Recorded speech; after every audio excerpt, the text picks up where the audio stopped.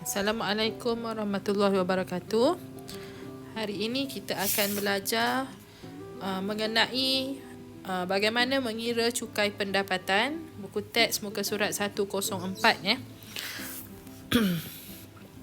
Okey. Rujuk buku teks muka surat 104. Okey, cukai pendapatan perlu dibayar oleh seseorang individu. Boleh dikira melalui, yang pertama kita hitung pendapatan bercukai, yang kedua kita hitung cukai pendapatan, yang ketiga kita tolak rebate, dan yang keempat kita akan mendapat berapakah jumlah cukai pendapatan yang perlu dibayar. Okey, untuk mengira pendapatan bercukai, kita mestilah mengetahui berapakah jumlah pendapatan tahunan ditolak dengan pengecualian cukai, ditolak dengan pelepasan cukai. Ini untuk mendapatkan pendapatan bercukai. Okey, A, jumlah pendapatan tahunan. Jumlah pendapatan tahunan termasuk upah, gaji, bonus, dividen, faedah, sewa, royalti, premium dan sebagainya. Okey, tapi tidak semua pendapatan yang diterima daripada majikan perlu dikenakan cukai. Contohnya, allowance petrol perjalanan, subsidi majikan, perumahan, kenderaan, allowance bantuan sara hidup dan kerakyatan. Okey, B, pengecualian cukai. Pengecualian cukai ialah semua perbelanjaan peribadi dalam bentuk hadiah, derma, sumbangan kepada kerajaan ataupun organisasi. Perbelanjaan tersebut boleh dikecualikan cukai tetapi tertakluk kepada had yang tertentu. Okey, pelepasan cukai merujuk kepada perkara atau perbelanjaan bagi kepentingan persendirian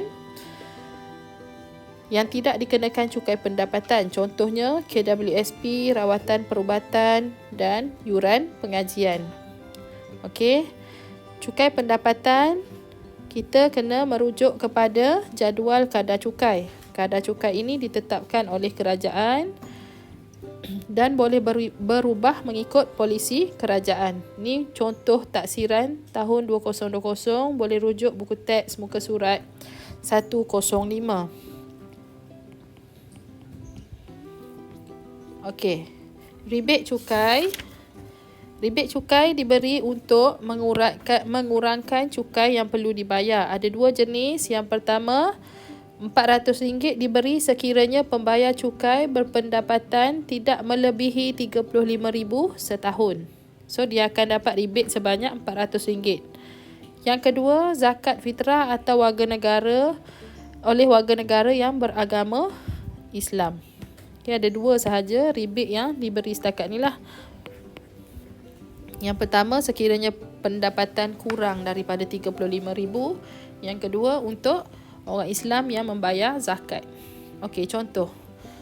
Encik Khairul memperoleh pendapatan tahunan sebanyak RM125,300 termasuk allowance. Diberi allowance berjumlah RM12,340 dikecualikan cukai. Pada masa yang sama, dia memberi derma kepada perpustakaan berjumlah RM2,000. Jumlah pelepasannya adalah RM22,500. Berapakah pendapatan bercukai Encik Khairul? Okey, jadi kita kena tulis jumlah pendapatan tahunan ya. Jumlah pendapatan tahunan sama dengan yang dia dapat tadi, RM125,300 ditolak dengan allowance sebanyak RM12,340. Jadi jumlah pendapatan tahunan untuk Encik Khairul ialah sebanyak RM112,960. Okey, jadi pendapatan bercukai sama dengan jumlah pendapatan tahunan ditolak dengan pengecualian cukai tolak dengan pelepasan cukai. Okey, jadi RM112,960 tolak pengecualian cukai RM2,000. Ini ada dinyatakan sini RM2,000 kerana dia memberi derma kepada perpustakaan. Tolak RM22,500. 22,500 adalah pelepasan yang diberi dalam soalan lah. Jadi kita kira kita dapat RM RM88,460. Okey, contoh yang kedua. Ashraf mempunyai pendapatan bercukai sebanyak RM47,531 pada tahun 2020. Dia membayar zakat berjumlah RM280. Hitung cukai pendapatan yang perlu dibayar oleh Ashraf pada tahun tersebut. Okey, untuk soalan yang kedua, kita kena merujuk kepada kadar cukai pendapatan, jadual yang diberi pada muka surat 105. Jadi kita tengok pendapatan bercukai dia sebanyak 47,531. Kita refer jadual. 47,531 berada dalam julat inilah. Okey, dalam petak ni. Okey, jadi kita tengok. Okey, kadar yang dikenakan adalah 8% untuk lebihan 15,000 yang seterusnya lah. 35,000 yang pertama dikenakan sebanyak RM600 cukai. Kemudian lebihannya adalah 8% daripada baki. Jadi kita kira, tengok balik. Okey, jadi kita tengok tadi jadual. Cukai bagi 35,000 yang pertama sebanyak RM600. Okey, cukai baki yang berikutnya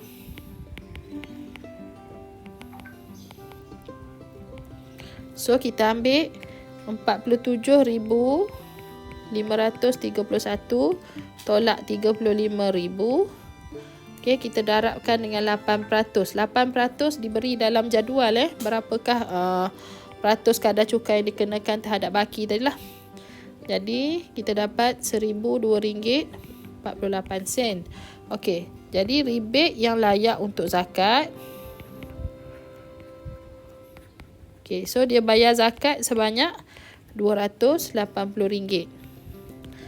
Okey, cukai pendapatan yang perlu dia bayar bersamaan dengan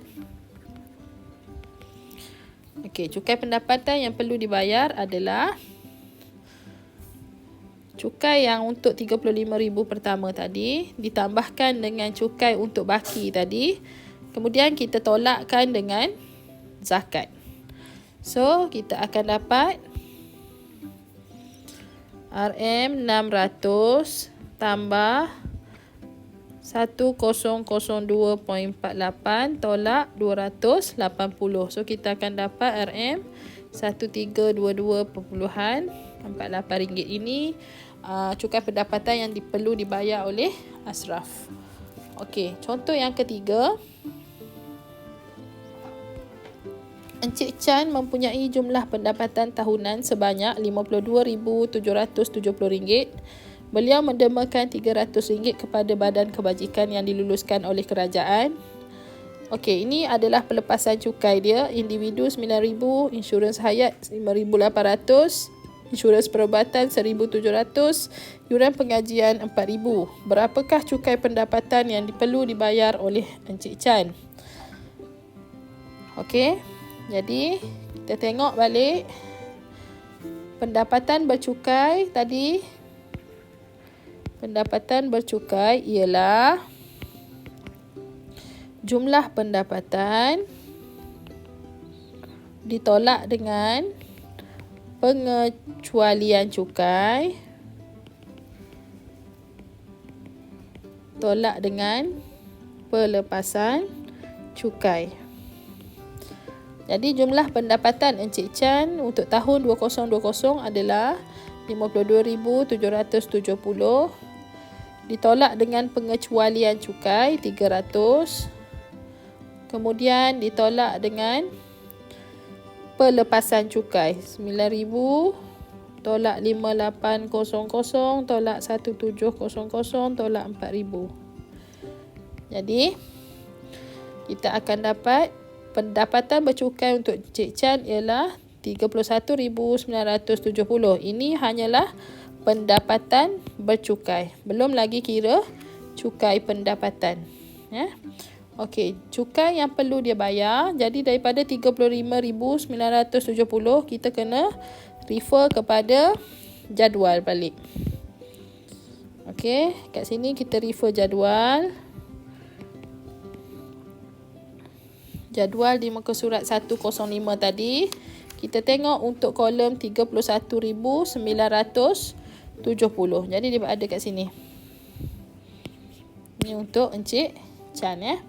20,000 yang pertama, cukai yang perlu dibayar RM150. Baki pula dikenakan kadar 3% dan cukainya adalah RM450. Okey, sekarang kita nak mengira cukai yang perlu dibayar lah. Okey. Jadi cukai untuk 20,000 yang pertama daripada jadual tadi diberi sebanyak RM150. Cukai untuk baki berikutnya, so kita tolakkan RM31,970 tolak dengan 20,000 yang pertama. Kita darab 3%. 3% adalah daripada jadual tadilah peratus kadar cukai yang perlu dibayar. Okey, so kat sini kita akan dapat RM359.10. Okey, rebate yang layak.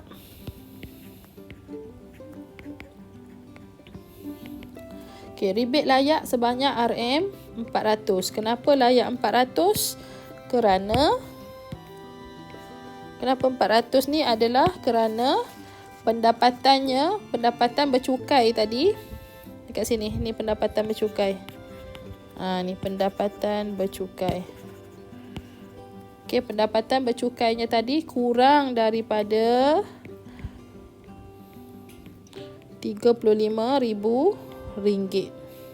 Jadi dia dapat rebate sebanyak 400. Jadi berapakah jumlah cukai pendapatan yang perlu dibayar oleh Encik Chan? Ialah sama dengan, okey, kita tengok yang kita dah kira tadi 150. Kita tambah dengan baki berikutnya 35910. Kemudian kita tolak dengan rebate 400. Jadi 150 tambah 35910 tolak 400. So kita akan dapat RM109.10. Okey.